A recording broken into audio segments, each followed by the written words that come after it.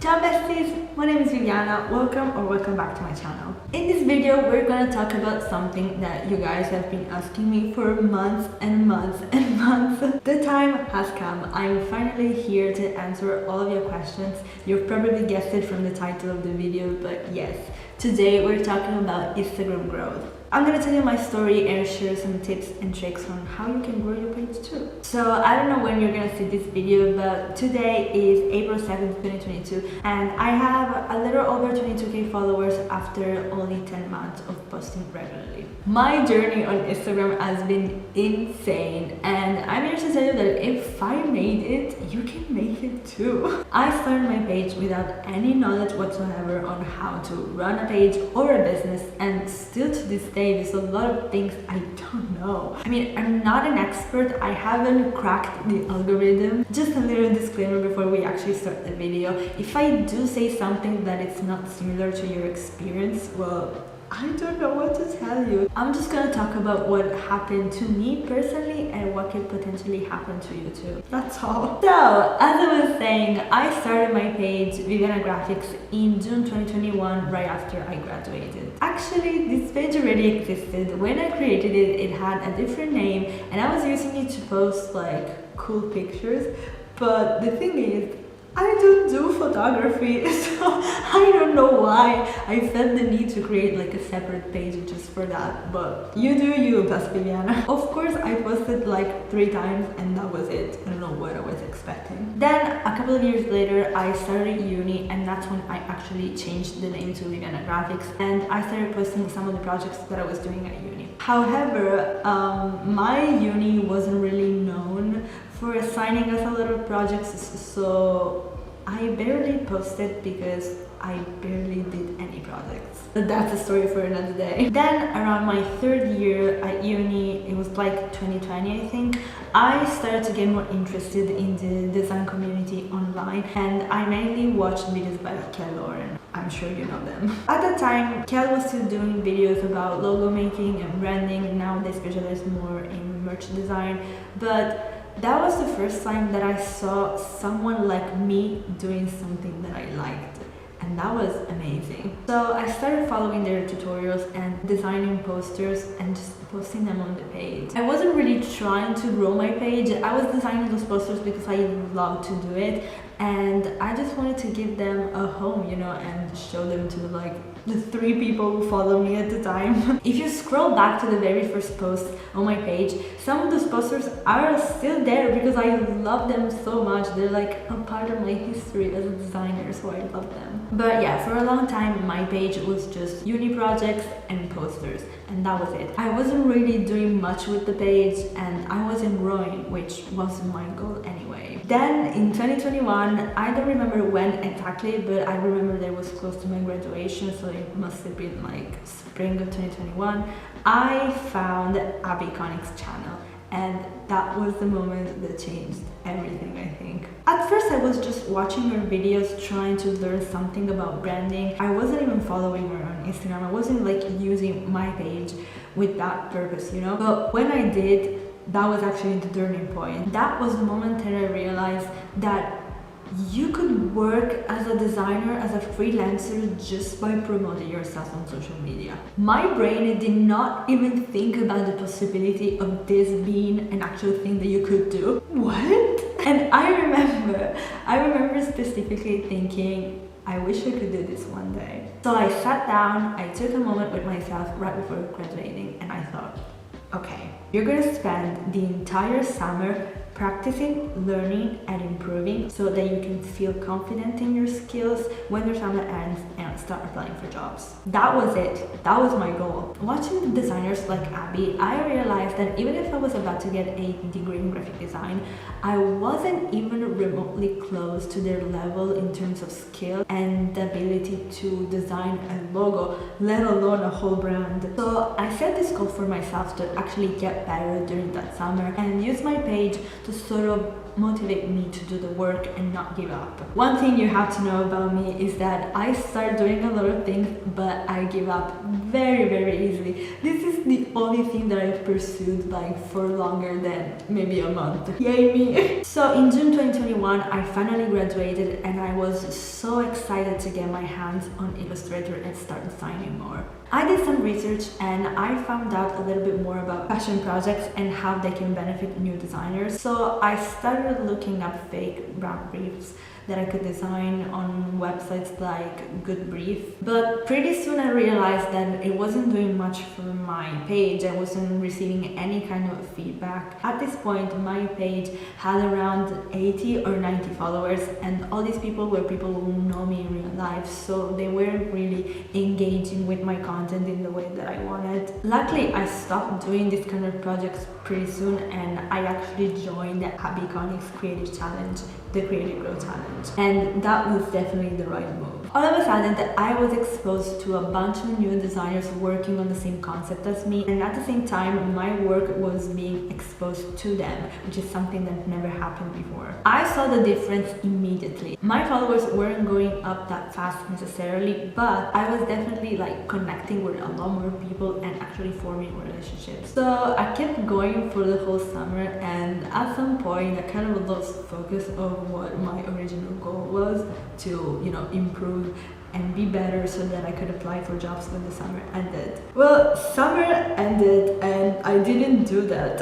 I was so focused on posting on the page that I kind of did not realize that it was September already. At this point, I had around 200 followers, which, isn't that much, but some kind of growth was happening. But still, I was posting 3 times a week. I was posting carousels, projects, reels, and I was showing my face on stories as much as I could. I was taking it very seriously. Fast forward to mid-October, one of my reels goes viral. Right now, that reel has around 38,000 views, which, isn't that much if we're talking about actual viral reels, but to me, an account with like 300 or 400 followers, that was a big deal. I remember going insane. I kept checking the reel and see that the views kept going up and up, and I was like, oh my god, what is happening? My friends were like texting me like, have you seen the reel? I'm like, yeah, I have, I don't know what's going on. Then on October 21st, on Halloween, I reached 1K. And after that, my reels started doing very well every time I would post. And almost a month later, I reached 2K. Now, this is where it gets crazy. The timeline here is insane. So, I reached 2K on November 20th, and by November 24th, I was already at 5K. Every day, I would wake up and find that I was up like 1,000 followers. I was shook, to say the least. And this kept happening until I got to 7K. To recap, in a week I went from 2K to 7K, and I wasn't doing anything specific. I was posting just like I was posting a month before. The algorithm was loving me for some reason, and that was honestly crazy and a bit overwhelming. I don't know if I was like 100% ready to, be exposed to all these new people. But this of course changed everything. I started getting clients, people asking me for advice, reviews, people telling me how much of an inspiration I was, and I didn't know what to do with it. I didn't have a business yet. I'm pretty sure that I was still charging around 200 euros for branding. And all of a sudden, people thought that I was like this big shot designer, which I absolutely wasn't, not at all. After that, things slowed down a bit, which was kind of a relief, until I got to 10K on December 10th. And it was exactly 6 months after I started posting regularly. So, what did I actually do to get there? Well, I don't know. No, I'm kidding, I do know. I think at the end of the day, it was a combination of consistency and luck. There's only so much that you can control. Instagram is changing every day. They're adding in new features, they're taking out others. It's pretty hard to crack the algorithm strategically, but we can at least try to do that. So the first tip that I have if you're looking to grow your page on Instagram is be consistent. Show up. This doesn't mean posting every day, not at all. Just pick like 3 or 4 days out of the week to post and keep doing that. The algorithm won't even consider you if you don't do that. Even if you don't see the result, even if nobody's interacting with your content, just keep going. What am I doing? What is this? I don't think that I've skipped a single week ever since I started. And of course I know that not everybody has a lot of free time to just create content. So what you can do in this case is just plan your content and batch it. That way you can create a consistent schedule and, you know, create some familiarity with your followers. For example, my followers know that on Mondays I post the new briefs for my creative challenges, on Tuesdays I post reels, on Wednesdays I post my brands, and so on. I created a consistent schedule so that my followers always know what to expect that day and are actually looking forward to it. My second tip is take part in creative challenges. I said this in my previous video already, but passion projects are perfect for new designers to just improve your skills, practice, and expand your portfolio. If you're a new designer just like I was a couple of months ago and you don't have any clients, make up some brands and show people what you can do. Taking part in creative challenges is good because it automatically puts you inside this little community where other people are working on the same thing as you are, and you actually get to see how other people interpret that brief, you know? Your work will be viewed by other designers who will actually engage with the content and give you feedback, and there's also a chance that you might attract people who like your style and might want to hire you. I host a creative challenge on my page, The Creative Besties, but there's so many others that you can choose from every week or every month, so you can basically have fun creating all kinds of brands. This will, of course, automatically create new content for your page, and you can make posts, carousels, reels, just with one project. My third tip for you is linked to the previous one, and it's connect with your community. When you see something you like the post, leave a comment, show some love to that creator. If you do that, then there's a very high chance that they will see it and then check out your profile and do the same. This way you're creating engagement and forming relationships. The algorithm knows when you do that and will actually reward you for it. I used to do this a lot before, not so much anymore, but you're supposed to actively engage with content at least 15 minutes before you post something. This is called networking, and it can be so many things. If you're taking part in a creative challenge, just click on the hashtag, go through it, and comment and like every post that you like. Then go on Reels and do the same thing. I'm guilty of this too because it happens very often that I see something that I like and I have to like force myself to leave a comment because I forget. But please take the time to do that. If you leave a nice comment on someone's post, then again, there's a high chance that they will go check out your profile and see what you're up to.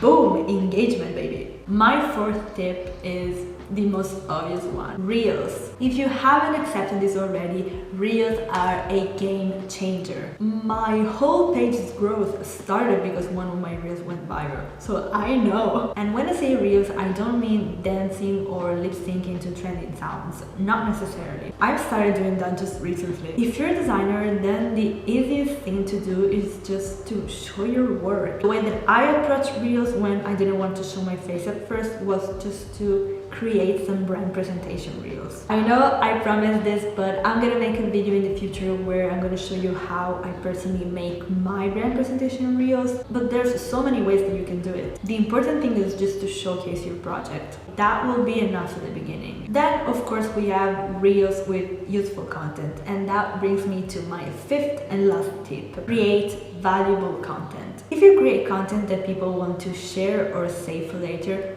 then you're doing something right. I don't know much about the algorithm, but the one thing I know is that likes and comments don't really matter that much. And what actually pushes you to people's explore page and reels are the save button and the share button. So the goal here is to put out content that people might want to save for later to go back to it or share with their followers. This can mean so many things. If you're a designer, you can talk about fonts and where to find them. You can share some tips on how to use a certain tool in Illustrator or Photoshop hacks, small design tutorials, sharing resources, talking about your process. There's so many things that people might find interesting. Using trending sounds and doing funny stuff is definitely helpful, but just jumping on trends doesn't really work here, because you need to give a reason for people to follow you and actually keep engaging with your content. You can do so many things. You can create your own specific thing to your page. For example, on my page, I created my creative challenge. So I know this is the reason why I'm attracting new designers to follow me, but I also talk about my work. I share my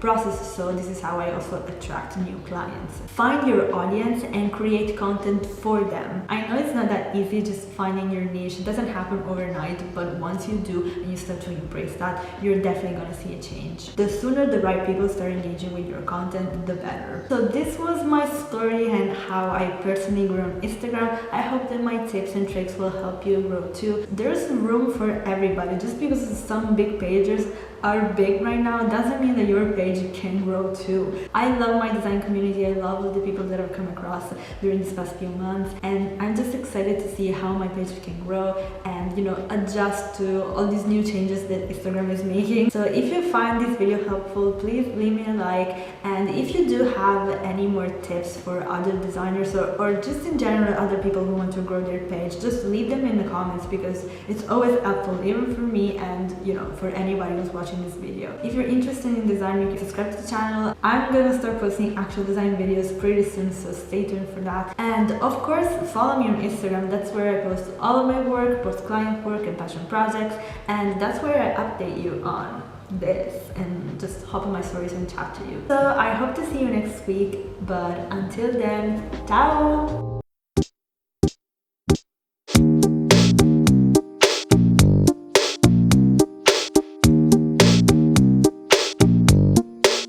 Which, you know,